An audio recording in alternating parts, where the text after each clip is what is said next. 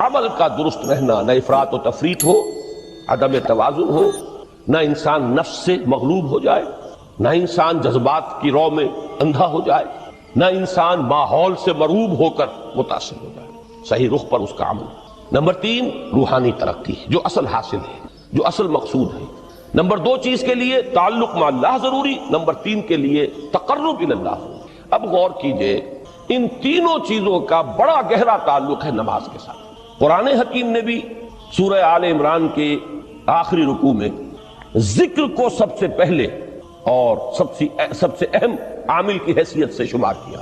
چنانچہ اس کی پہلی آیت جو ہے سورہ آل عمران کے آخری رکوع کی، اس میں تو وہی مضمون جو میں بیان کر چکا وہ آیا ہے، ان فی خلق السماوات والارض واختلاف اللیل والنہار لآیات لأولی الالباب۔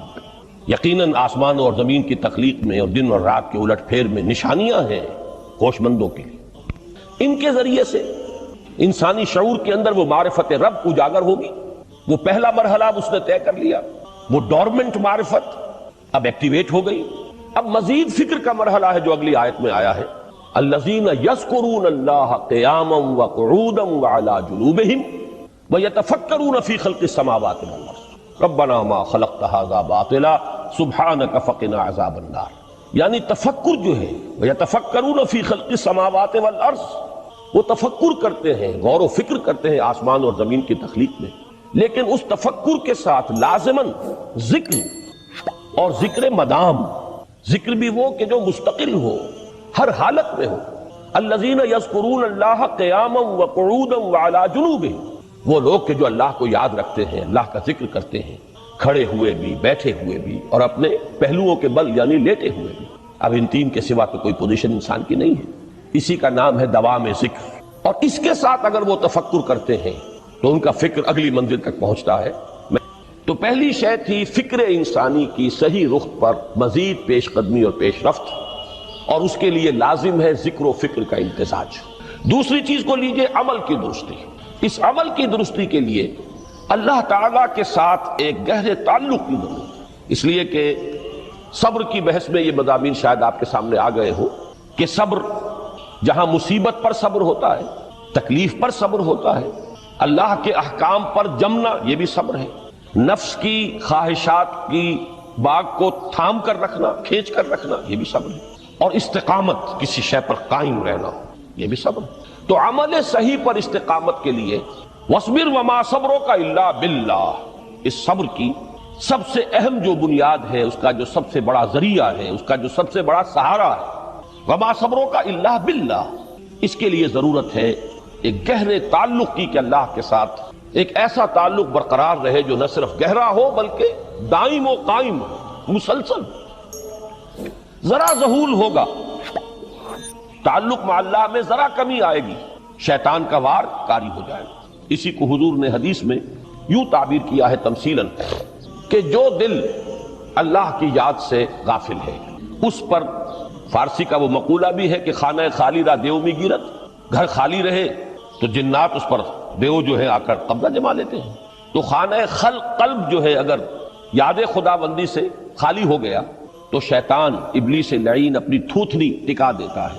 یہ لفظ آتا ہے سور کے منہ کے لیے تھوتنی، جس طرح اس کا نکلا ہوا سا منہ ہوتا ہے آگے، تو یہ لفظ استعمال کیا گیا کہ وہ اپنی تھوتنی انسان کے دل پر جما کر اور پھوکے مارنی شروع کر دیتا ہے۔ تو شیطان کو موقع ہی تب ملتا ہے جب انسان کے تعلق مع اللہ کے اندر کمی ہو، وہ خانہ بالکل خالی ہو گیا ہو یا اتنا ضعیف ہو گیا ہو کہ کل عدم ہو جائے، گویا کہ نہیں۔ تیسری چیز کی طرف آئیے، روحانی ترقی۔ روحانی ترقی کے لیے میں ایک اصطلاح کے سامنے لا رہا ہوں، اس سے مراد کیا ہے؟ روحانی ترقی کے لیے ہماری دینی اصطلاح ہے تقرب الی اللہ، اللہ سے قریب تر ہوتے چلے جانا۔ اس پر میرا ایک کتابچہ بھی ہے، تقرب الی اللہ کے 2 مدارج، 2 درجے، جو در حقیقت ایک حدیث نبوی علیہ الصلوۃ والسلام ہی پر مبنی ہے کہ حضور نے ایک درجہ قرار دیا ہے تقرب بالفرائض، فرائض کے ذریعے سے انسان اللہ کا قرب حاصل کرے۔ ایک ہے تقرب بالنوافل، نوافل کے ذریعے سے اللہ کا قرب حاصل کرے۔ ان میں کیا نسبت و تناسب ہے، اہمیت کے اعتبار سے کون بڑھ کر ہے، بلندی کے اعتبار سے کون بڑھ کر ہے، یہ تمام مسائل میں نے اپنی اس تقریر میں بیان کیے تھے جو اس کتابچے میں شائع ہوئی ہے۔ اس وقت میں اس کی تفصیل میں نہیں جا رہا، صرف یہ تذکرہ اس لیے کر رہا ہوں کہ جن کو بھی خواہش ہو جائے وہ اس کا مطالعہ کرے۔ ہماری اس وقت کی گفتگو سے وہ کتابچہ اس جگہ پر منسلک ہوگا۔ تو تقرب اللہ، یہ تقرب کوئی فزیکل فینومینن نہیں ہے، جسمانی یا مادی مسئلہ نہیں ہے۔ اللہ سے قرب یہ نہیں ہے کہ کوئی کروڑوں میل کا فاصلہ ہے، اب ہمیں کوئی رسی پر چڑھنا ہے اوپر بڑی محنت اور مشقت سے۔ فصل تو ہے ہی نہیں، فاصلہ ہے ہی نہیں، بعد ہے ہی نہیں۔ نحن اقرب الیہ من حبل الورید، ہم تو انسان سے اس کی شہرگ سے بھی زیادہ قریب ہیں۔ ہوا معکم اینما کنتم، وہ تو تمہارے ساتھ ہی ہوتا ہے جہاں کہیں بھی تم ہو، بس صرف یہ کہ تمہاری توجہ نہیں ہوتی، تم اور چیزوں میں مشغول و مصروف رہتے ہو، تم ہماری طرف دھیان ہی نہیں دیتے، تم ہماری طرف متوجہ ہی نہیں ہوتے۔ ہم تو مائل بے کرم ہے، کوئی سائل ہی نہیں، راہ دکھلائیں کسے رہنم منزل ہی نہیں۔ انسان جب متوجہ ہو جاتا ہے اور بڑھتا ہے، آگے پیش قدمی کرتا ہے روحانی اعتبار سے، تو یہ ہے در حقیقت تقرب اللہ، اور اسی کو ہم کہیں گے روحانی ترقی۔ اب ان تین چیزوں کو اگر آپ نے ذہن میں جما لیا، پھر میری بات کی ترتیب اس کو ذہن میں قائم کیجئے۔ ہم چلے کہاں سے؟ کہ دین کے ساتھ اصل مناسبت فلسفے کی نہیں، حکمت کی۔ نمبر 2، حکمت قرآنی کا پہلا اور اہم ترین اور بنیادی مسئلہ معرفت رب کا حصول ہے۔ اس کا نتیجہ شکر خدا بندی، اس کا ذریعہ آیات آفاقی، آیات انفسی، اور سب سے بڑھ کر آیات قرآنیہ جو الذکر، جو تذکرہ ہے، جو ذکرہ ہے۔ لیکن اس پہلے مرحلے کو اگر کوئی انسان بفضل ہی تعالی، اللہ کے فضل و کرم سے طے کر لے، اب اس کے سامنے تین مسئلے، فکر کی مزید پیش رفت، مزید پیش قدمی صحیح رخ پر، اس کے لیے ذکر اور فکر دونوں کا امتزاج لازمی۔ فقر قرآن اختلاط ذکر و فکر، الذین یذکرون اللہ قیاما وقعودا وعلی جنوبہم ویتفکرون فی خلق السماوات۔ دوسری شے عمل کا درست رہنا، نہ افراط و تفریط ہو، عدم توازن ہو، نہ انسان نفس سے مغلوب ہو جائے، نہ انسان جذبات کی رو میں اندھا ہو جائے، نہ انسان ماحول سے مرعوب ہو کر متاثر ہو، صحیح رخ پر اس کا عمل۔ نمبر 3، روحانی ترقی، جو اصل حاصل ہے، جو اصل مقصود ہے۔ نمبر 2 چیز کے لیے تعلق مع اللہ ضروری، نمبر 3 کے لیے تقرب الی اللہ۔ اب غور کیجئے، ان تینوں چیزوں کا بڑا گہرا تعلق ہے نماز کے ساتھ، ان تینوں کے لیے ستون کی حیثیت نماز کو۔ لہذا ایمان کے بعد یا معرفت رب کے بعد حکمت دین کا اہم ترین مسئلہ نماز، صلاۃ، اس لیے کہ ایک طرف یہ انسان کو اللہ کے ساتھ ایک گہرے تعلق کا ذریعہ فراہم کرتی ہے، اپنے تمام مصروفیات میں سے، ان مشغولیتوں میں جن میں گم ہونے کا خدشہ ہوتا ہے، نکلو۔ 24 گھنٹے کے معمولات میں سے کم 5 مرتبہ تو لازماً نکلو، اور اپنے آپ کو ذرا، اپنے حواس کو بھی، اپنی باطنی کیفیات کو بھی ذرا تازہ کرو۔ اگر کوئی گندگی، نجاست، کسی طرح کی ناپاکی کا کوئی معاملہ ہے، طہارت حاصل کرو۔ طہارت سے تمہارے اندر روح کو بھی بالادگی ہوگی، تمہارے حواس بھی تازہ ہوں گے، تم گویا کہ بحیثیت کل تمہاری ہستی چاق و چوبند ہو جائے گی۔ وہ کسل، وہ سستیاں، وہ جو ایک کثافتیں ہوتی ہیں، ان سب سے نجات حاصل کرو، اور اب اپنے رب کے حضور میں کھڑے ہو جاؤ، اس کے ساتھ اپنا عہد بھی تازہ کرو، اس کی اہم صفات کو بھی اپنے ذہن میں پھر مستحضر کرو۔ یہی وجہ ہے، دیکھیے میں نے جو آیات آپ کو شروع میں سنائی تھی، سورہ لقمان کی 2 آیتیں، پہلی آیت میں اس کا ترجمہ کر چکا، دوسری آیت وَلَقَدْ وَإِذْ قَالَ لُقْمَانُ لِابْنِهِ وَهُوَ يَعِظُهُ يَا بُنَيَّ لَا تُشْرِكْ بِاللَّهِ إِنَّ الشِّرْكَ لَظُلْمٌ عَظِيمٌ۔ اس کے بعد درمیان میں کچھ مضمون آ کر پھر وہ آیہ مبارکہ آئی، یا بنی اقم الصلاۃ وامر بالمعروف وانہی عن المنکر واصبر علی ما اصابک۔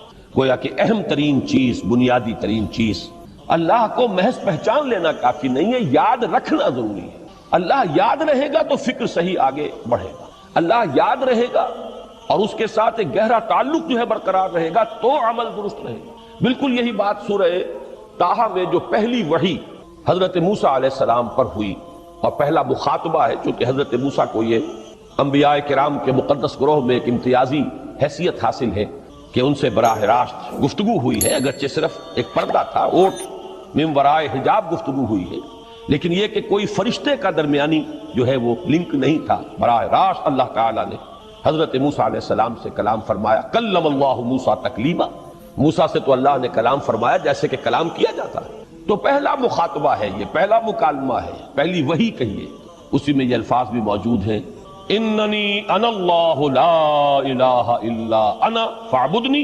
واقم الصلاۃ لذکری. یہ گویا کہ حکمت قرآنی کا ایک بہت بڑا خزانہ ہے یہ آیت مبارکہ کہ خود حضرت موسیٰ علیہ السلام کو جو ہدایت دی جا رہی ہے، میں ہوں، میں اللہ، اننی انا اللہ لا الہ الا انا، میرے سوا کوئی معبود نہیں، فاعبدنی، بس میری بندگی، میری عبادت، میری پرستش، میری محبت، اس کو اختیار کرو.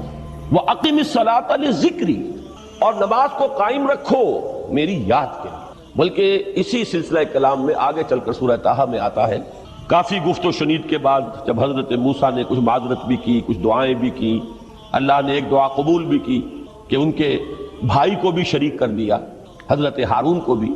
اس کے بعد پھر جب فرمایا کہ اب جاؤ فرعون کی طرف، تو اس میں فرمایا وَلَا تَنِيَا فِي ذِكْرِي، اور دیکھنا یہ جو عظیم مشن تمہارے کندھے پر آ گیا ہے، بڑا بھاری اور کٹھن ایک فرض ہے جو تم پر عائد ہو گیا ہے، اس کے لیے سب سے بڑی تمہارے پاس جو قوت کا ذریعہ ہے وہ نماز ہے. اقیم فَلَا تَنِيَا عَنْ ذِكْرِي، میری یاد میں کبھی غفلت نہ کرنا، اس میں کبھی کوئی کمی نہ آنے دینا. جیسا کہ میں نے عرض کیا تھا کہ جیسے ہی وہ تعلق جو ہے کمزور پڑتا ہے یا منقطع ہو جائے معاذ اللہ، تو پھر انسان گویا کہ شیطان کے لیے ایک لقمہ تر بن جاتا ہے. اب آپ غور کیجئے، تیسری شے تقرب الی اللہ، اس کے حوالے سے بھی جو فرائض اور نوافل کی بات ہے اس کو اس وقت ذہن سے نکال کر یہ سمجھیے کہ اس میں نماز کا کیا مقام ہے، اس لیے کہ نماز فرض بھی ہے، نماز نفل بھی ہے، وہ تو ان دونوں میں شریک ہو جائے. اب اس کو لفظ صلاۃ کے حوالے سے آپ ان دونوں چیزوں کو سمجھیے. صاد لام واو یا یہ چونکہ حروف علت ایک دوسرے سے بدلتے رہتے ہیں، یہ جو مادہ ہے اس کی جو خالص لغوی اصل ہے، جو خالص عربی زبان میں اس کا بنیادی مفہوم ہے، وہ آگ جلانا یا آگ تاپنا یا آگ سینکنا، حرارت حاصل کرنا. لہذا بار بار آتا ہے جہنم کے ذکر میں اسلوہا، اب جلو اس میں، تاپو اس کو، یہ سینکے گی تمہیں. بلکہ تفتلون کا لفظ آیا ہے حضرت موسیٰ کے کلام میں، جب وہ گئے تھے کوہ طور پر، جب پہنچ گئے تو تھے آگ کی تلاش میں، لعلکم تفتلون، تو اپنے اہل خانہ سے یہی کہا تھا کہ مجھے کہیں وہ روشنی نظر آ رہی ہے، غالباً کوئی وہاں سے آگ مل سکے گی، ورنہ یہ کہ کوئی رہنمائی کو رستہ مجھے مل سکے گا، میں وہ آگ لے آؤں گا، کوئی چنگاری وہاں سے لے آؤں، لعلکم تفتلون، تاکہ تم. اب یہ اصطلاح در حقیقت باب افتعال ہے، اور یہ تے یہاں پر توئے کی شکل اختیار کر گئی، تا نے توبن کی صورت اختیار کی صاد کی وجہ سے. بہرحال اس کا سب سے بنیادی مفہوم جو ہے وہ ہے تاپنا، سکائی حاصل کرنا، حرارت. اس کے حوالے سے سمجھ لیجئے کہ سب سے بنیادی تعلق اس کا جو ہے وہ روح کے ساتھ ہے. روح میں محبت خداوندی کی آگ اگر ٹھنڈی پڑ گئی ہو، اگر محبت خداوندی کی حرارت میں کمی ہو رہی ہو، تو اس کو اثر نو، جس کو کہ میں آج سوچ رہا تھا تو ایک لفظ ذہن میں آیا کہ جیسے بیٹری اس کو ریچارج کیا جاتا ہے، اسی طریقے سے روح کے اندر محبت خداوندی کی اس حرارت کو اثر نو تازہ کرنا، یہ ہے در حقیقت نماز کا اصل مقصد. اس لیے کہ اس لفظ کا بنیادی مفہوم، اصل لغوی مفہوم تو یہ، اگرچہ اس کا سب سے زیادہ کثرت سے جو استعمال ہوتا ہے، اور لفظ صلاۃ جس سے در حقیقت جس تصور پر مبنی ہے وہ ہے اقدام، کسی کی طرف متوجہ ہونا، اور پھر دعا. صلاۃ کا سب سے قریبی مفہوم لفظی جب بیان کیا جائے گا، اس سے مراد، اس کے معنی، تو دعا اس میں اہم ترین، کسی کی طرف توجہ کرنا، مناجات کرنا، گفتگو کرنا، مخاطبہ، مکالمہ، دعا، یہ در حقیقت صلاۃ کا سب سے بڑا اصطلاحی مفہوم ہے. لیکن جو اس کا مادہ ہے صاد لام واو یا صاد لام یا، اس کا اصل مفہوم جو ہے وہ تاپنا، حرارت حاصل کرنا. تو ان دونوں کے حوالے سے عرض کر رہا ہوں، وہ تاپنا اور حرارت حاصل کرنا وہ ہے روح کے اعتبار سے. وہ جو کہا اقبال نے کہ مجھے عشق کی آگ اندھیر ہے، مسلمان نہیں راہ کا ڈھیر. یہ عشق کی آگ جب بجھ جاتی ہے، در حقیقت یہی تو انسان کی روحانی موت ہے. جب یہ نہ رہے تو چاہے منطق میں بہت انسان ماہر ہو. مجھے اقبال کا ایک شعر یاد آیا تقابل کرتے ہوئے، ایک انسان محکوم اور ایک انسان حر، آزاد انسان، ان کی نفسیات میں جو بنیادی فرق علامہ اقبال نے مختلف مواقع پر بیان کیے ہیں. محکوم ہے بیگانہ اخلاص و مروت، ہر چند کے منطق کی دلیلوں میں ہے چالاک. تو منطق کی دلیلوں میں انسان چالاک ہو جائے اور وہ لغت ہائے حجازی کا وہ ایک خزانہ بن جائے، اسے تمام الفاظ کے معنی یاد ہو، وہ بڑے مسائل فقہ کے اسے ازبر ہو، جزیات، بے انتہا جزیات جو ہے وہ مستحضر ہو، فلسفے کے بڑے بڑے مسئلے اس نے حل کر لیے ہوں، لیکن اگر روح میں وہ اللہ کی محبت کی آگ نہیں ہے، وہ تپش نہیں، بجھی عشق کی آگ اندھیر ہے مسلمان نہیں راکھ کا ڈھیر۔ اسی کے حوالے سے آج مجھے یاد آیا تھا کہ وہ جو بڑی سادہ سی ایک نظم ہے، اللہ تعالیٰ سے دعا یا رب دل مسلم کو وہ زندہ تمنا دے، اس میں بھی جو الفاظ آئے ہیں جو روح کو گرما دے اور قلب کو تڑپا دے، یہ ہے اصل جو مقصود ہے نماز کا۔ اور یہی وہ چیز ہے جیسا کہ میں نے عرض کیا تھا کہ نگاہوں سے اوجھل، یہ پہلو سامنے ہے ہی نہیں، دوسرا پہلو سامنے ہے اور وہ بھی میرے نزدیک بہت اہم ہے، بہت بنیادی ہے، اس میں کوئی شک نہیں، لیکن یہ ہے بلند ترین منزل کہ تقرب الی اللہ۔ اس کے لیے در حقیقت یہ کس لیے درکار ہے؟ روح کے اندر عشق کی حرارت اور گرمی تازہ ہو۔ بسا اوقات یہ اندر دب جاتی ہے، جیسے انگارہ ہوتا ہے آگ کا، اس کے اوپر خاک اور راکھ آ جاتی ہے، اندر کچھ ہوتی ہے۔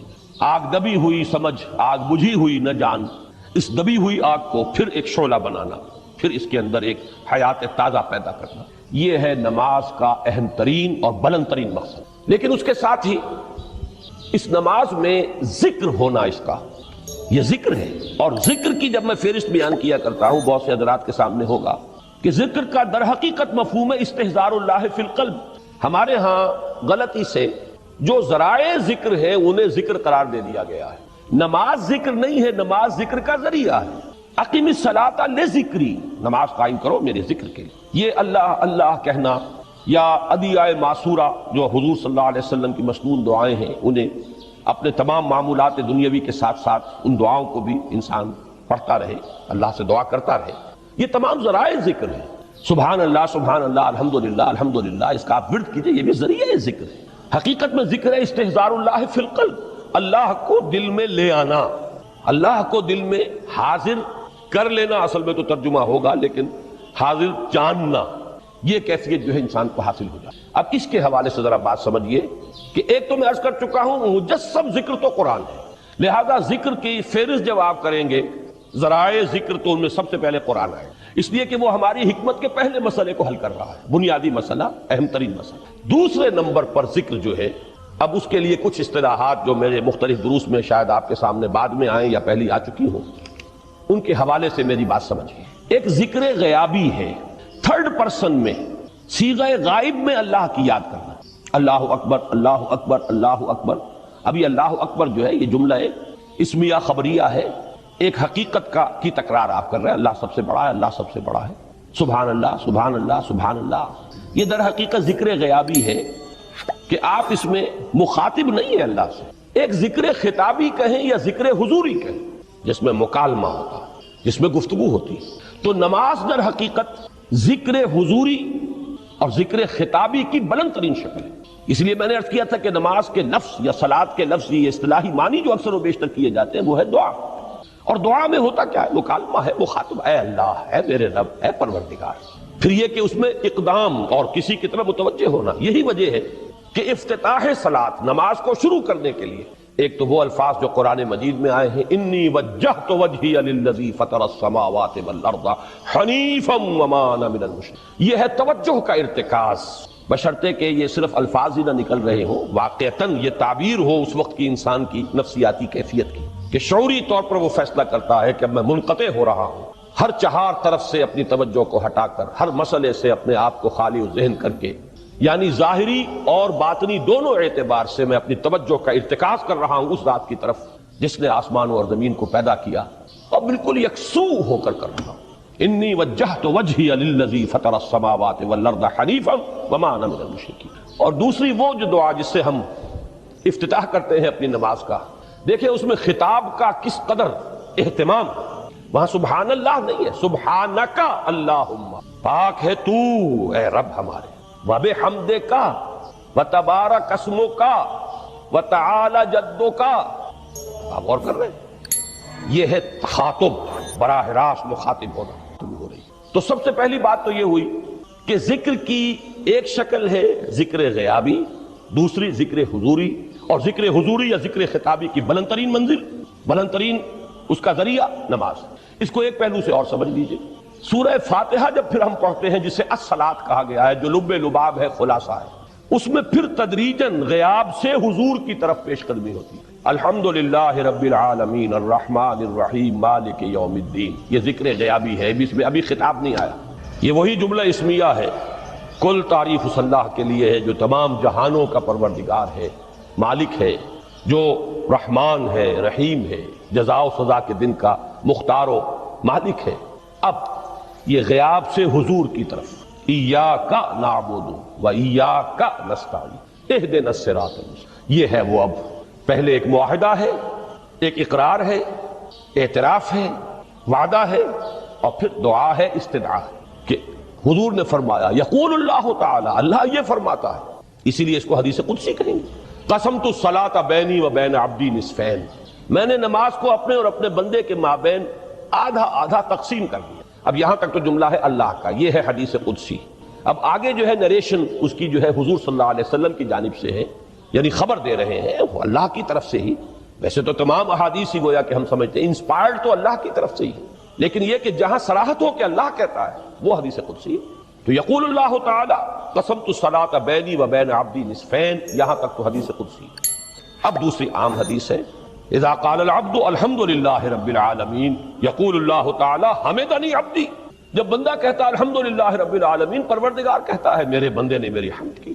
جب بندہ کہتا ہے الرحمن الرحیم، پروردگار فرماتا ہے ثنا علی عبدی، میرے بندے نے میری ثنا کی، بڑی تعریف کی۔ جب بندہ کہتا ہے مالک یوم الدین، اللہ فرماتا ہے مجدنی عبدی، میرے بندے نے میری بڑی بزرگی بیان کی ہے، تمجید کی ہے۔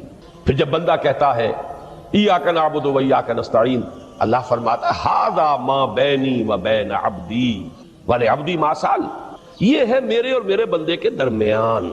یہ تو معاہدہ ہے نا، معاہدے میں تو دو فریق جکڑے جاتے ہیں، بند جاتے ہیں، یہ میرے اور میرے بندے کے درمیان ہے، اور میرے بندے نے جو طلب کیا میں نے دیا، اس لیے کہ اس میں طلب بھی تو ہے، ایاک نستعین، تیری مدد چاہتے ہیں، یہ طلب ہے، اسی کی شرح ہے جو اب آخری تین آیتیں ہیں۔ پروردگار ہم تیری مدد چاہتے ہیں، پروردگار ہم تیری ہی بندگی کرتے ہیں اور کریں گے، اور تیری ہی مدد چاہتے ہیں، چاہیں گے۔ اگر حال میں اس کا ترجمہ کریں گے زمانہ حال کے اعتبار سے، اس لیے کہ فعل مضارع میں تو دونوں موجود ہیں، شامل ہیں، تو یہ ایک اعتراف ہے، اظہار حال ہے۔ اللہ کرے کہ وہ واقعتاً صحیح اظہار حال ہو، ہم واقعی اللہ کی بندگی کرتے ہوئے یہ کہیں کہ ایاک نعبد، ورنہ اگر ہماری اصل صورتحال سے وہ مطابقت نہ رکھتا ہو تو پھر تو ایک طرح کا جھوٹ ہو جائے گا، غلط بیانی ہو جائے گی۔ ایاک نعبد، تیری ہی بندگی کرتے ہیں، اور مستقبل میں کیجئے، کریں گے، یہ ہے عہد۔ کھلی ہے، کو اذان کی آواز بھی کان میں آئی ہے، آپ کا نفس کہتا ہے ابھی سو جی، آپ نے اپنی چادر یا کمبل کو درست کیا اور کروٹ لیا، یہ کیا ہے؟ آپ نے کس کا حکم پیچھے پھینکا اور کس کا حکم مانا؟ اللہ کے حکم کو پیچھے پھینک دیا، نفس کے حکم کو آگے رکھا۔ یہ شرک، اس شرک کو جاننے والے بہت کم ہیں۔ مولانا روم نے خوب کہا تھا، نفس ماں ہم کم ترس فرعون نیست لیکن ایراعون نیست، میرا نفس بھی فرعون سے کم نہیں ہے۔ فرعون نے کہا تھا نا الیس لی ملک مصر وہذہ الانہار تجری من تحتی، کیا اس ملک مصر کی حکومت میری نہیں ہے؟ اور سارا جو یہ آب پاشی کا نظام ہے، انہار کا نظام ہے، وہ میرے کنٹرول میں نہیں ہے، جس کا چاہوں موگا کھلا رکھوں، جس کا چاہوں بند کر دوں۔ یہ تھا خدائی کا دعویٰ، انا ربکم الاعلی۔ تو مولانا روم کہتے ہیں میرا نفس بھی اس سے کمتر نہیں ہے، وہ کہتا یہ جسم میرا ہے، اس پر میرا حکم چلے گا، میں نہیں جانتا کون اللہ کون رسول، کیا حرام کیا حلال۔ تو فرعون سے کم تو نہیں ہے میرا نفس، لیکن ایراعون اس کی بہت مدد تھی، فوج تھی، لاؤ لشکر تھا، تو اس نے زبان سے بھی کہہ دیا کھل کر انا ربکم الاعلی۔ میں مسکین ہوں، غریب ہوں، میرے پاس کوئی طاقت نہیں ہے، میں زبان سے تو کچھ نہیں کہہ سکتا، اندر سے میرا نفس یہی کہتا۔ یہ نفس کی حکومت قرآن کہتا ہے، میں حیران ہوتا ہوں، دو جگہ یہ مضمون آیا ہے، ارأیت من اتخذ الہہ ہواہ افانت تکون علیہ وکیلا، اے نبی تم نے دیکھا اس شخص کو، اس کے حال پر غور کیا جس نے اپنی خواہش نفس کو اپنا الہ بنا لیا ہے۔ اللہ اکبر، الہ، لا الہ الا اللہ، کلمہ توحید کا مرکزی لفظ یہاں آ رہا ہے، من اتخذ الہہ ہوا ہو، جس نے اپنی خواہش نفس کو اپنا معبود بنا لیا، الہ بنا۔ افانت تکون علیہ وکیلا، کیا آپ ایسے شخص کی کوئی ذمہ داری لے سکتے ہیں؟ سود حرام ہوا کرے جی، حرام ورام، ہمارا دھندا جو ہے وہ آگے بڑھ نہیں سکتا۔ اللہ کے حکم کو پیچھے ڈالا، نفس کے تقاضے کو آگے رکھا۔ کون معبود ہے آپ؟ نام عبداللہ رکھیے، نام عبد الرحمان رکھیے، ہے عبد النفس، نفس کے بندے، نفس کے غلام۔ پوچھا کہ ای الہجرت افضل ہو یا رسول اللہ، اے اللہ کے رسول بتائیے سب سے اعلیٰ ہجرت کون سی ہے، افضل؟ فرمایا ان تہجر ما کرے ربک، ہر اس چیز کو چھوڑ دو جو تمہارے رب کو پسند نہیں۔ آج رات ہی سے آپ ہجرت شروع کر سکتے ہیں۔ جائزہ لیجئے کیا کیا چیزیں میری زندگی میں خلاف شریعت ہے تو اللہ کو ناپسند ہے، فیصلہ کیجئے کہ آج کے بعد نہیں ہوگی، ہجرت شروع ہو گئی۔ افضل الہجرہ، سب سے افضل ہجرت شروع ہو گئی۔ المجاہد من جاہد نفسہ، جہاد تو یہاں سے شروع ہو گیا، اپنے نفس کے خلاف جہاد کرنا۔ صبح نفس نے کہا ابھی سو جاؤ، آپ نے نفس کی بات کو رد کیا، اپنا کمبل اٹھا کے پھینکا، اٹھے، وضو کیا، نماز کے لیے آپ مسجد چل دیے، آپ نے جہاد کیا نفس کے خلاف۔ یہ افضل الجہاد ہے۔ افرأیت من اتخذ الہہ ہواہ افانت تکون علیہ وکیلا، کیا تم نے غور کیا اس شخص کی حالت پر جس نے اپنی خواہش نفس کو اپنا معبود بنا لیا، الہ بنا لیا، کہہ رہا ہے لا الہ الا اللہ، لا الہ الا اللہ، لیکن الہ تو اس کا نفس ہے۔ ظاہر بات ہے فرعون نے اگر دعویٰ کیا تھا میں تمہارا خدا ہوں، انا ربکم الاعلی، تو کیا اس کا مطلب یہ تھا کائنات میں نے پیدا کیے، تمہیں میں نے پیدا کیے؟ ذرا سوچیے، کیا وہ بزرگ موجود نہیں ہوں گے جنہوں نے اسے دیکھا ہو کہ آج اس کی ولادت ہوئی تھی، کل اس کی کوئی اور سیری بنی ہوئی تھی؟ یہ کیسے دعویٰ کیا تھا؟ میرا حکم چلے گا، میں نہیں جانتا، علیہ سلیم ملک مصر کی حکومت میری ہے کہ نہیں؟ قرآن حکیم نے بھی سورہ آل عمران کے آخری رکوع میں ذکر کو سب سے پہلے اور سب سے اہم عامل کی حیثیت سے شمار کیا ہے۔ چنانچہ اس کی پہلی آیت جو ہے سورہ آل عمران کے آخری رکوع کی، اس میں تو وہی مضمون جو میں بیان کر چکا وہ آیا ہے، ان فی خلق السماوات والارض واختلاف اللیل والنہار لآیات لأولی الالباب، یقیناً آسمان اور زمین کی تخلیق میں اور دن اور رات کے الٹ پھیر میں نشانیاں ہیں ہوش مندوں کے۔ ان کے ذریعے سے انسانی شعور کے اندر وہ معرفت رب اجاگر ہوگی۔ وہ پہلا مرحلہ اس نے طے کر لیا، وہ ڈورمنٹ معرفت اب ایکٹیویٹ ہو گئی۔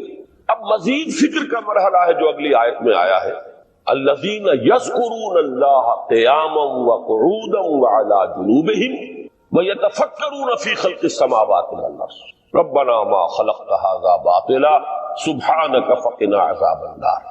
یعنی تفکر جو ہے ویتفکرون فی خلق السماوات والارض، وہ تفکر کرتے ہیں، غور و فکر کرتے ہیں آسمان اور زمین کی تخلیق میں، لیکن اس تفکر کے ساتھ لازماً ذکر اور ذکر مدام، ذکر بھی وہ کہ جو مستقل ہو، ہر حالت میں ہو۔ الذین یذکرون اللہ قیاما وقعودا وعلی جنوبہم، وہ لوگ کہ جو اللہ کو یاد رکھتے ہیں، اللہ کا ذکر کرتے ہیں، کھڑے ہوئے بھی، بیٹھے ہوئے بھی، اور اپنے پہلوؤں کے بل یعنی لیٹے ہوئے بھی۔ اب ان تین کے سوا تو کوئی پوزیشن انسان کی نہیں ہے، اسی کا نام ہے دوام ذکر۔ اور اس کے ساتھ اگر وہ تفکر کرتے ہیں تو ان کا فکر اگلی منزل تک پہنچتا ہے۔ تو پہلی شے تھی فکر انسانی کی صحیح رخ پر مزید پیش قدمی اور پیش رفت، اور اس کے لیے لازم ہے ذکر و فکر کا امتزاج۔ دوسری چیز کو لیجئے عمل کی درستی۔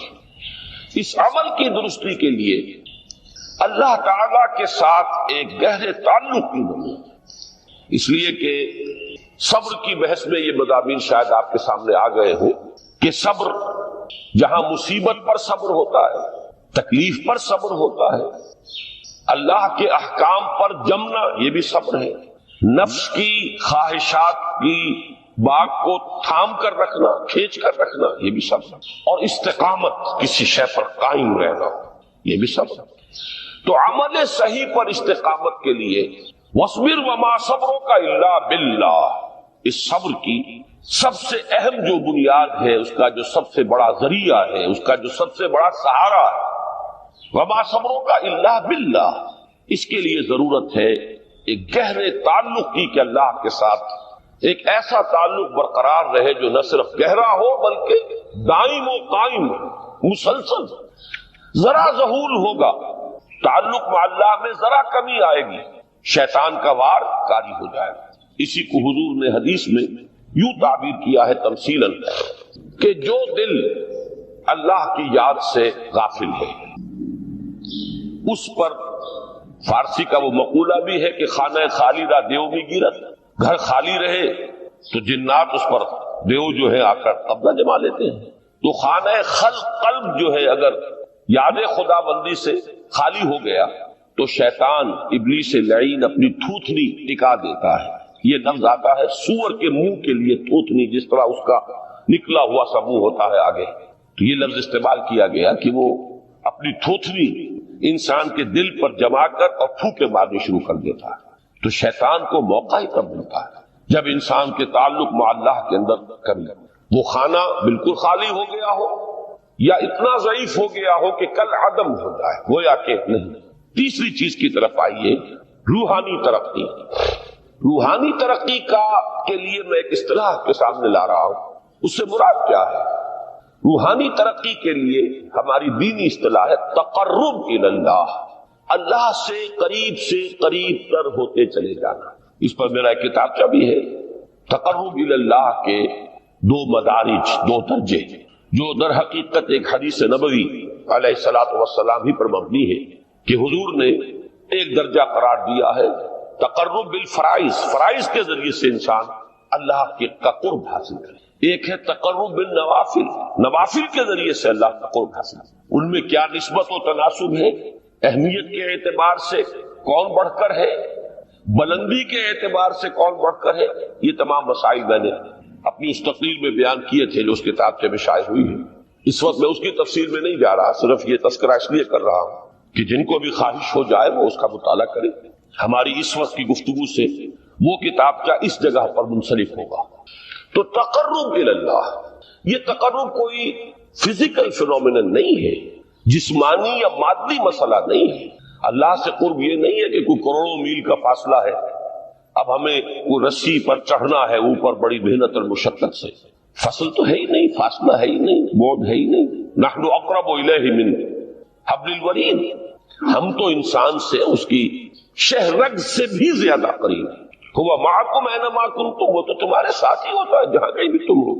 بس صرف یہ کہ تمہاری توجہ نہیں ہوتی، تم اور چیزوں میں مشغول و مصروف رہتے ہو، تم ہماری طرف دھیان ہی نہیں دیتے، تم ہماری طرف متوجہ ہی نہیں ہوتے. ہم تو مائل بے کرم ہیں، کوئی سائل ہی نہیں، راہ دکھلائیں کسے رہنوے منزل ہی نہیں. انسان جب متوجہ ہو جاتا ہے اور بڑھتا ہے، آگے پیش قدمی کرتا ہے روحانی اعتبار سے، تو یہ ہے در حقیقت تقرب الی اللہ، اور اسی کو ہم کہیں گے روحانی ترقی. اب ان تین چیزوں کو اگر آپ نے ذہن میں جما لیا، پھر میری بات کی ترکیب اس کو ذہن میں قائم کیجئے. ہم چلے کہاں سے؟ کہ دین کے ساتھ اصل مناسبت فلسفے کی نہیں، حکمت کی. نمبر 2، حکمت قرآنی کا پہلا اور اہم ترین اور بنیادی مسئلہ معرفت رب کا حصول. اس کا نتیجہ شکر خدا، اس کا ذریعہ آیات آفاقی، آیات انفسی، اور سب سے بڑھ کر آیات قرآنیہ جو الذکر ہے، جو تذکرہ ہے، جو ذکر ہے. لیکن اس پہلے مرحلے کو اگر کوئی انسان بفضل ہی تعالی، اللہ کے فضل و کرم سے طے کر لے، اب اس کے سامنے تین مسئلے، فکر کی مزید پیش رفت، مزید پیش قدمی صحیح رخ پر.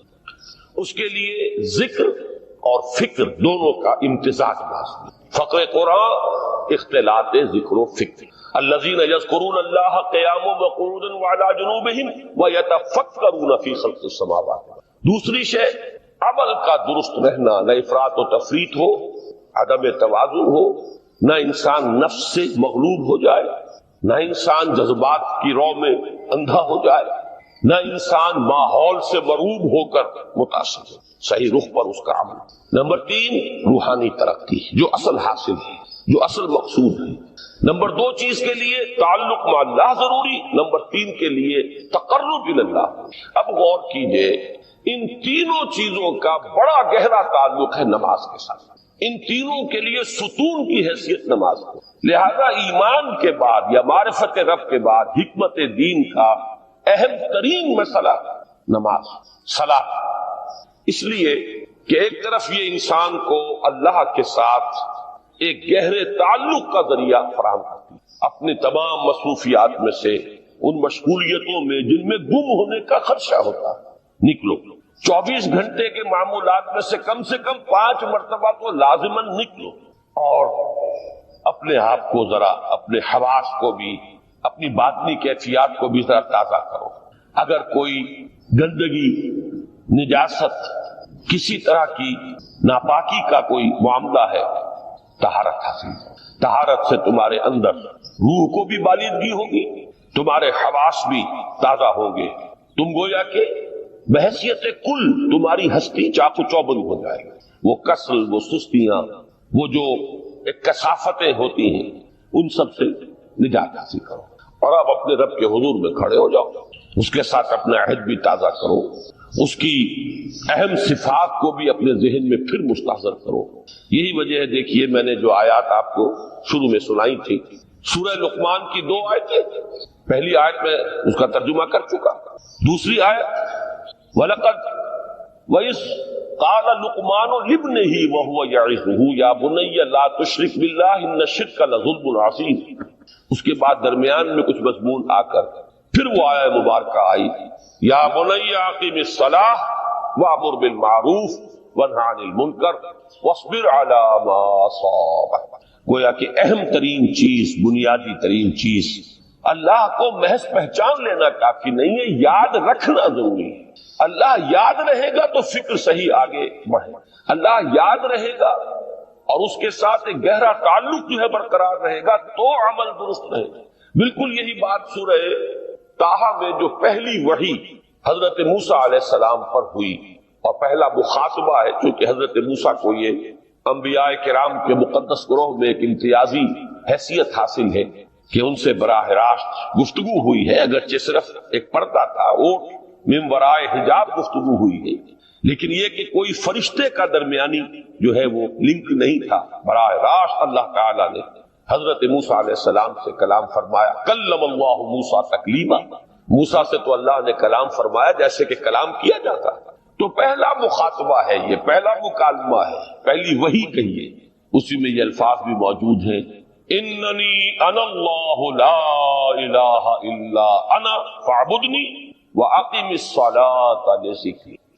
یہ گویا کہ حکمت قرآنی کا ایک بہت بڑا خزانہ ہے یہ آیت مبارکہ، کہ خود حضرت موسیٰ علیہ السلام کو جو ہدایت دی جا رہی ہے، میں ہوں، میں اللہ، اننی انا اللہ لا الہ الا انا، میرے سوا کوئی معبود نہیں، فاعبدنی، بس میری بندگی، میری عبادت، میری پرستش، میری محبت، اس کو اختیار کرو۔ وَأَقِمِ الصَّلَاةَ لِذِكْرِي، اور نماز کو قائم رکھو میری یاد کے۔ بلکہ اسی سلسلہ کلام میں آگے چل کر سورہ طٰہٰ میں آتا ہے، کافی گفت و شنید کے بعد جب حضرت موسیٰ نے کچھ معذرت بھی کی، کچھ دعائیں بھی کی، اللہ نے ایک دعا قبول بھی کی کہ ان کے بھائی کو بھی شریک کر دیا، حضرت ہارون کو بھی۔ اس کے بعد پھر جب فرمایا کہ اب جاؤ فرعون کی طرف، تو اس میں فرمایا وَلَا تَنِيَا فِي ذِكْرِي، اور دیکھنا یہ جو عظیم مشن تمہارے کندھے پر آ گیا ہے، بڑا بھاری اور کٹھن ایک فرض ہے جو تم پر عائد ہو گیا ہے، اس کے لیے سب سے بڑی تمہارے پاس جو قوت کا ذریعہ ہے وہ نماز ہے۔ اقیم فَلَا تَنِيَا عَن ذِكْرِي، میری یاد میں کبھی غفلت نہ کرنا، اس میں کبھی کوئی کمی نہ آنے دینا۔ جیسا کہ میں نے عرض کیا تھا کہ جیسے ہی وہ تعلق جو ہے کمزور پڑتا ہے یا منقطع ہو جائے معاذ اللہ، تو پھر انسان گویا کہ شیطان کے لیے ایک لقمہ تر بن جاتا ہے۔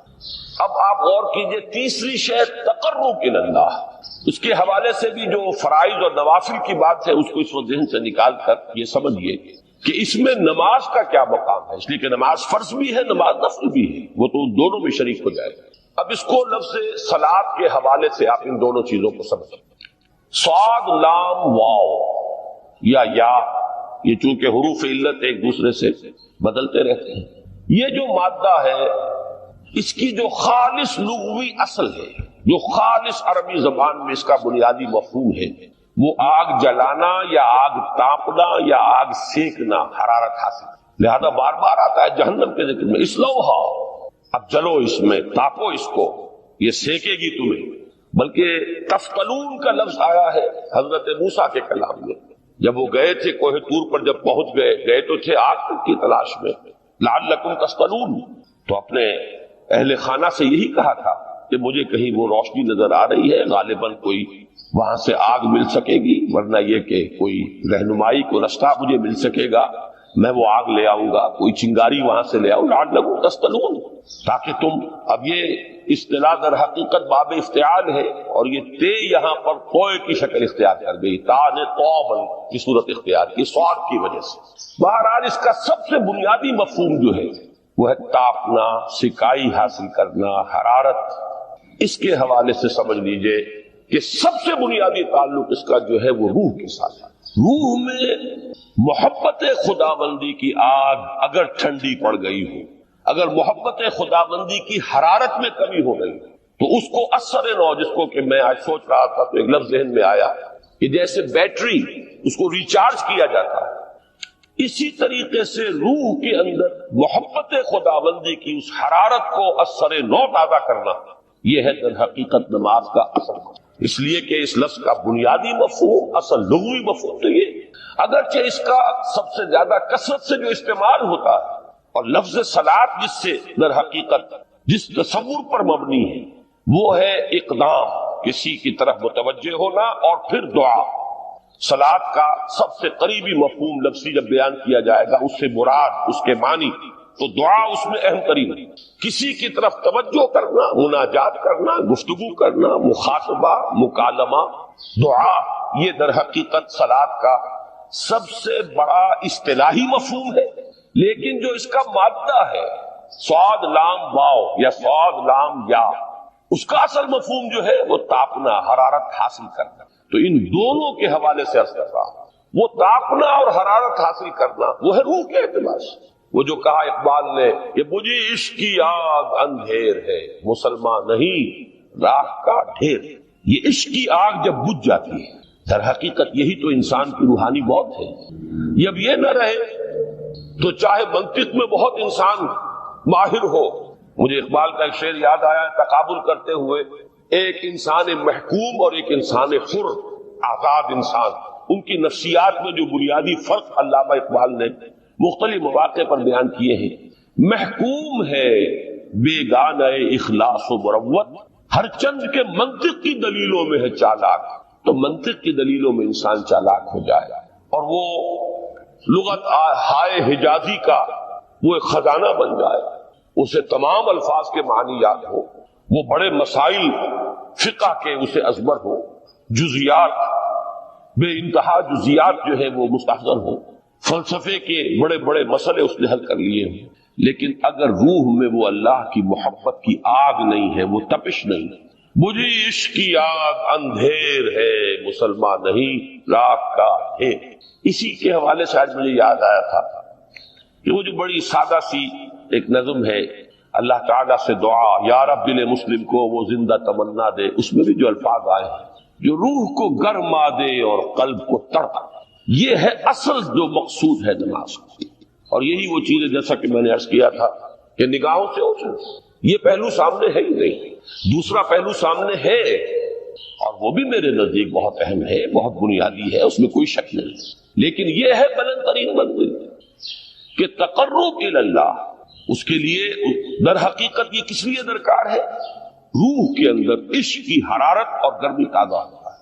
بسا اوقات یہ اندر دب جاتی ہے، جیسے انگارہ ہوتا ہے آگ کا، اس کے اوپر خاک اور راکھ آ جاتی ہے، اندر کچھ ہوتی ہے، آگ دبی ہوئی سمجھ، آگ بجھی ہوئی نہ جان، اس دبی ہوئی آگ کو پھر ایک شعلہ بنانا، پھر اس کے اندر ایک حیات تازہ پیدا کرنا، یہ ہے نماز کا اہم ترین اور بلند ترین مقصد۔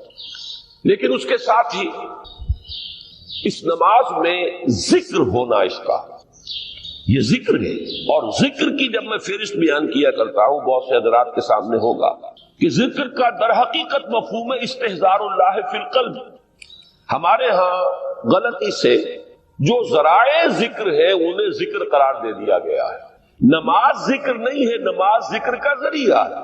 اقیم الصلاۃ لذکری، نماز قائم کرو میرے ذکر کے لیے۔ یہ اللہ اللہ کہنا یا ادعیہ معصورہ جو حضور صلی اللہ علیہ وسلم کی مسنون دعائیں ہیں، انہیں اپنے تمام معمولات دنیاوی کے ساتھ ساتھ ان دعاؤں کو بھی انسان پڑھتا رہے، اللہ سے دعا کرتا رہے، یہ تمام ذرائع ذکر ہیں۔ سبحان اللہ الحمدللہ الحمدللہ، اس کا آپ ورد کیجئے، یہ بھی ذریعہ ذکر ہے۔ حقیقت میں ذکر ہے استحضار اللہ فی القلب، اللہ کو دل میں لے آنا، اللہ کو دل میں حاضر کر لینا اصل میں تو ترجمہ ہوگا، لیکن حاضر جاننا یہ کیفیت جو ہے انسان کو حاصل ہوگا۔ اب اس کے حوالے سے ذرا بات سمجھیے کہ ایک تو میں عرض کر چکا ہوں مجسم ذکر تو قرآن ہے، لہذا ذکر کی فہرست جب آپ کریں گے ذرائع ذکر تو ان میں سب سے پہلے قرآن ہے، اس لیے کہ وہ ہماری حکمت کے پہلے مسئلے کو حل کر رہا ہے، بنیادی مسئلہ، اہم ترین مسئلہ۔ دوسرے نمبر پر ذکر جو ہے، اب اس کے لیے کچھ اصطلاحات جو میرے مختلف دروس میں شاید آپ کے سامنے بعد میں آئیں یا پہلی آ چکی ہوں، ان کے حوالے سے میری بات سمجھ۔ ایک ذکر غیابی ہے، تھرڈ پرسن میں، صیغہ غائب میں اللہ کی یاد کرنا، اللہ اکبر اللہ اکبر اللہ اکبر۔ ابھی اللہ اکبر جو ہے یہ جملہ اسمیہ خبریہ ہے، ایک حقیقت کی تکرار آپ کر رہے ہیں، اللہ سب سے بڑا ہے، اللہ سب سے بڑا ہے، سبحان اللہ سبحان اللہ سبحان اللہ۔ یہ در حقیقت ذکر غیابی ہے کہ آپ اس میں مخاطب نہیں ہے اللہ سے، ایک ذکر خطابی کہیں یا ذکر حضوری کہیں جس میں مکالمہ ہوتا ہے، جس میں گفتگو ہوتی ہے۔ تو نماز در حقیقت ذکر حضوری اور ذکر خطابی کی بلند ترین شکل، اس لیے میں نے عرض کیا تھا کہ نماز کے لفظ یا صلاۃ کے لفظ یہ اصطلاحی معنی جو اکثر و بیشتر کیے جاتے ہیں وہ ہے دعا، اور دعا میں ہوتا کیا ہے؟ مکالمہ ہے، مخاطب ہے، اللہ ہے میرے رب ہے پروردگار۔ پھر یہ کہ اس میں اقدام اور کسی کی طرف متوجہ ہونا، یہی وجہ ہے کہ افتتاح صلاۃ نماز کو شروع کرنے کے لیے ایک تو وہ الفاظ جو قرآن مجید میں آئے ہیں، انی وجہت وجہی للذی فطر السماوات والارض حنیفا وما انا من المشرکین، یہ ہے توجہ کا ارتکاز، بشرطے کہ یہ صرف الفاظ ہی نہ نکل رہے ہوں، واقعتاً یہ تعبیر ہو اس وقت کی انسان کی نفسیاتی کیفیت کی، کہ شعوری طور پر وہ فیصلہ کرتا ہے کہ اب میں منقطع ہو رہا ہوں، ہر چہار طرف سے اپنی توجہ کو ہٹا کر، ہر مسئلے سے اپنے آپ کو خالی ذہن کر کے، یعنی ظاہری اور باطنی دونوں اعتبار سے میں اپنی توجہ کا ارتکاز کر رہا ہوں اس ذات کی طرف جس نے آسمانوں اور زمین کو پیدا کیا، اور بالکل یکسو ہو کر رہا ہوں۔ انی وجہت وجہی للذی فطر السماوات والارض حنیفا وما انا من المشرکین۔ اور دوسری وہ جو دعا جس سے ہم افتتاح کرتے ہیں اپنی نماز کا، دیکھیں اس میں خطاب کا کس قدر اہتمام، وہاں سبحان اللہ نہیں ہے، سبحانک اللہم، پاک ہے تو اے رب ہمارے، وبحمدک وتبارک اسمک وتعالی جدک۔ آپ غور کر رہے ہیں، یہ ہے تخاطب، براہ راست مخاطب ہونا۔ تو سب سے پہلی بات تو یہ ہوئی کہ ذکر کی ایک شکل ہے ذکر غیابی، دوسری ذکر حضوری، اور ذکر حضوری یا ذکر خطابی کی بلند ترین منزل، بلند ترین اس کا ذریعہ نماز۔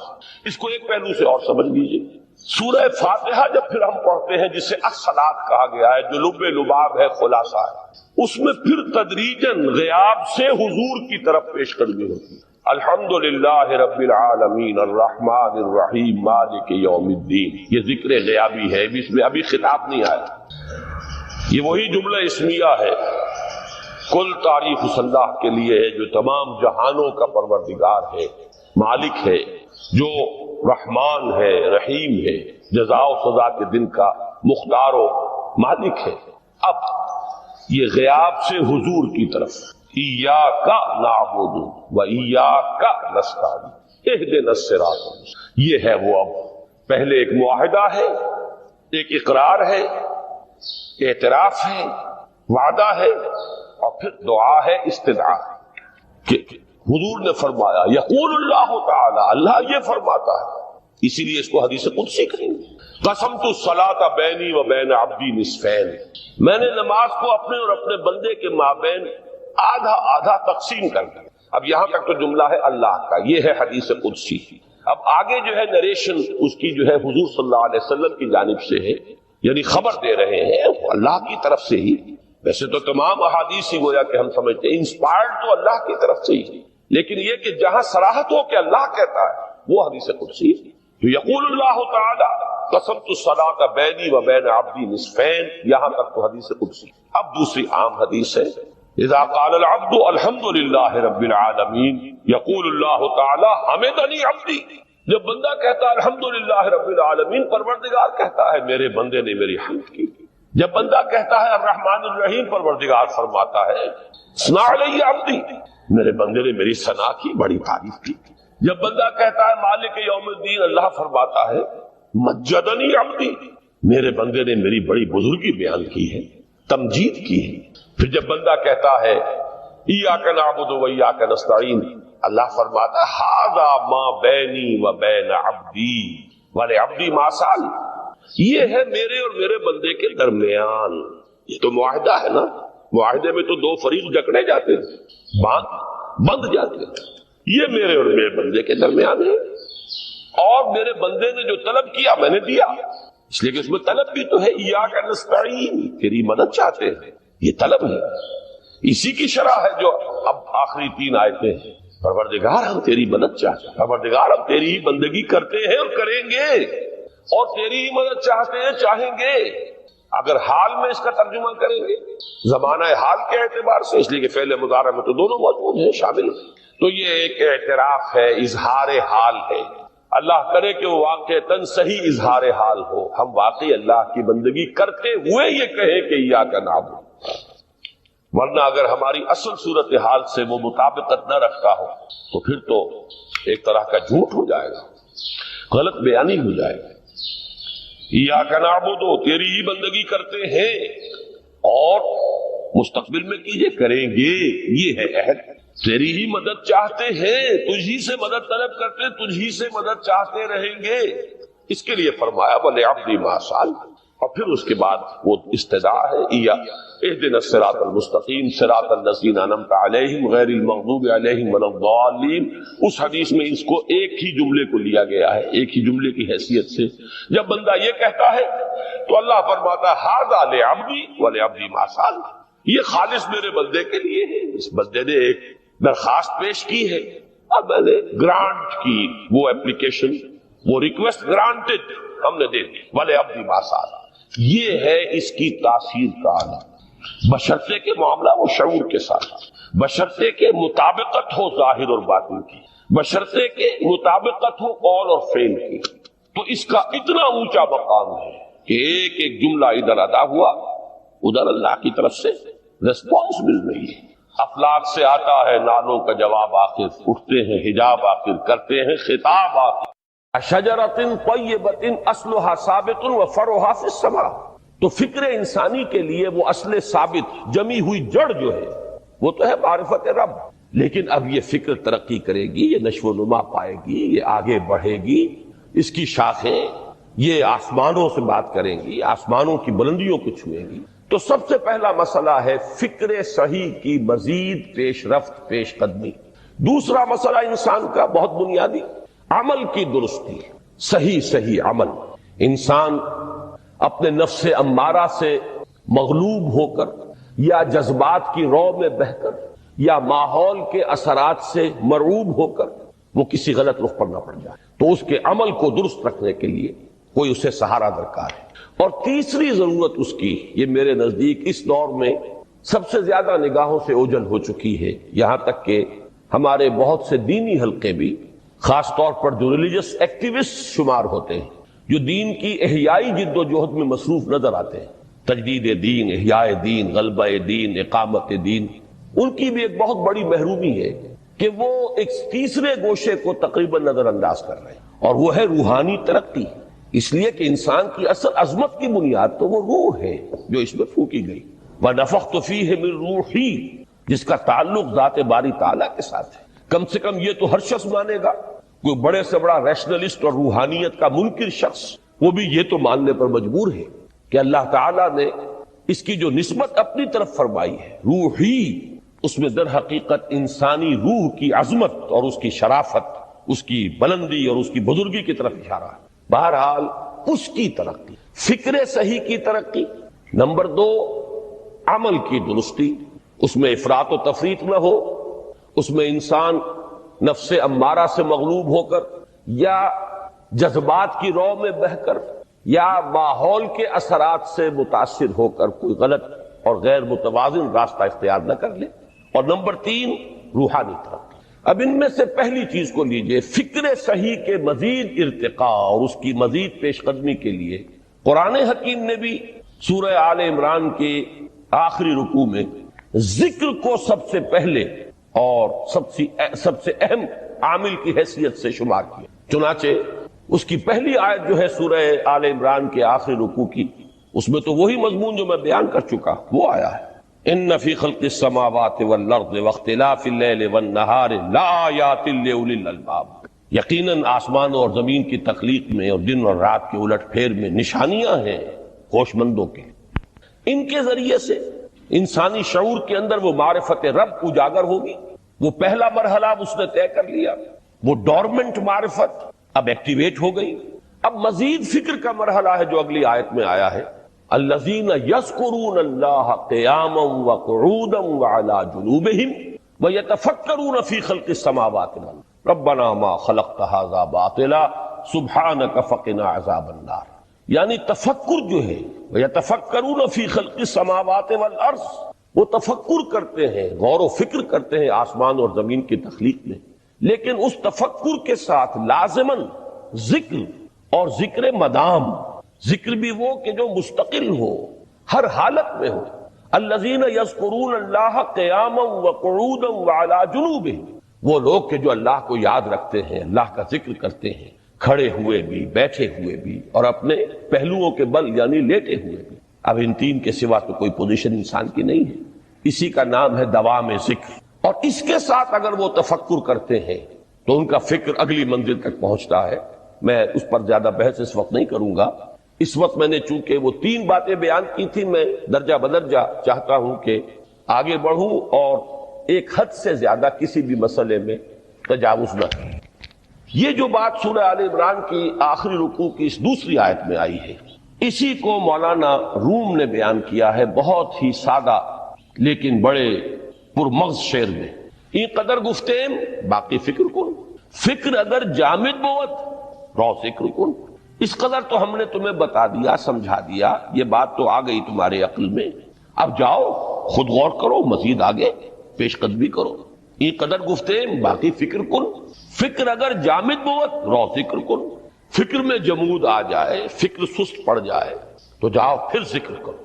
تو یہ ذکر اور فکر گویا کہ گاڑی کے دو پہیے ہیں کہ جن سے فکر انسانی صحیح رخ پر آگے بڑھے۔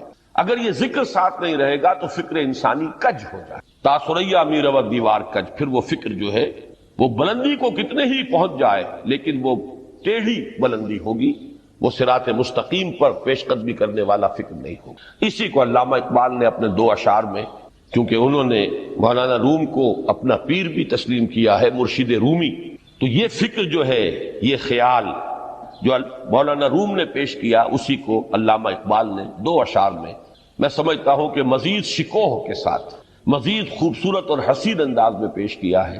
جز بقرآن زے غمی روباہی اس، فقر قرآن اصل شاہنشاہی اس۔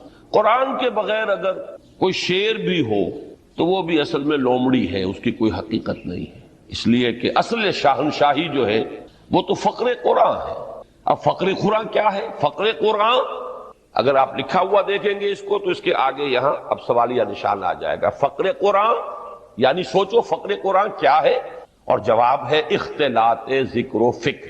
فقر قرآن امتزاج سے وجود میں آتا ہے کہ اس میں ذکر بھی ہو فکر بھی ہو، اور فکر را کامل نہ دیدم جز بے ذکر، میں نے فکر کو کبھی بھی اپنی منزل مقصود تک پہنچتا ہوا نہیں پایا جب تک کہ اس کے ساتھ ذکر۔ تو پہلی شے تھی فکر انسانی کی صحیح رخ پر مزید پیش قدمی اور پیش رفت، اور اس کے لیے لازم ہے ذکر و فکر کا امتزاج۔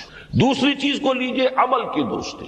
اس عمل کی درستی کے لیے اللہ تعالی کے ساتھ ایک گہرے تعلق کی ضرورت، اس لیے کہ صبر کی بحث میں یہ مضامین شاید آپ کے سامنے آ گئے ہو کہ صبر جہاں مصیبت پر صبر ہوتا ہے، تکلیف پر صبر ہوتا ہے، اللہ کے احکام پر جمنا یہ بھی صبر ہے، نفس کی خواہشات کی باغ کو تھام کر رکھنا، کھینچ کر رکھنا یہ بھی صبر ہے، اور استقامت کسی شے پر قائم رہنا یہ بھی صبر ہے۔ تو عمل صحیح پر استقامت کے لیے وَاصْبِرْ وَمَا صَبْرُكَ إِلَّا بِاللَّهِ، اس صبر کی سب سے اہم جو بنیاد ہے، اس کا جو سب سے بڑا ذریعہ ہے، اس کا جو سب سے بڑا سہارا ہے، وما صبروں کا اللہ باللہ، اس کے لیے ضرورت ہے ایک گہرے تعلق کی کہ اللہ کے ساتھ ایک ایسا تعلق برقرار رہے جو نہ صرف گہرا ہو بلکہ دائم و قائم ہو۔